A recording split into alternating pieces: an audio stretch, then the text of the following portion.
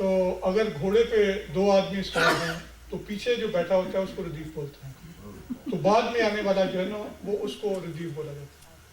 تو غزل میں جو ردیف ہے، جیسے ابھی ہم پڑھ رہے تھے یہ غزلیں، تو اس میں مثلا میرے آگے جو بار بار ریپیٹ ہوتا ہے ہر دوسرے مصرے میں، مطلب میں دونوں جگہ پہ عام طور پہ، اور باقی شعروں میں ہر دوسرے شعر کے اینڈ کے اوپر جو ریپیٹ ہوتا ہے بار بار وہ ردیف کراتا ہے۔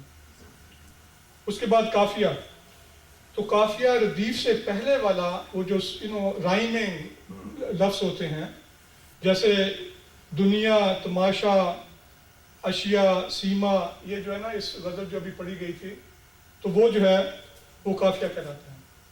اب مطلب وہ پہلا شعر ہوتا ہے، اس میں عام طور پہ یہ سارے لوازمات ہوتے ہیں، اور مقطع ظاہر ہے کہ آخری جو شعر ہوتا ہے۔ عام طور پہ جو شاعر ہے اپنے اس کلام کا کریڈٹ دیتا ہے اس میں بھائی اپنا نام یوز کرتے ہیں۔ تو یہ بڑی بریف سی تھی، مجھے یقین ہے کہ آپ سب لوگ پہلے سے جانتے تھے، جی نہیں، تو سوچا یہ کہ شیئر کر لیں آپ سے۔ اب میں آپ کے سامنے 2 غزلیں پڑھوں گا، 2 یا 3 جیسے اجازت دیں۔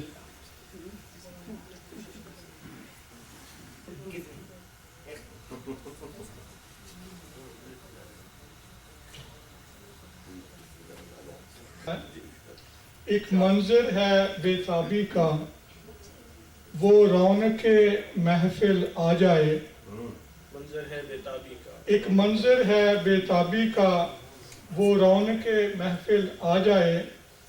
ہم بے کس، ہم لاچاروں کے جذبات میں ہلچل آ جائے۔ چپ چاپ پڑے ہیں راہوں میں، آزاد ہیں فکر فردا سے۔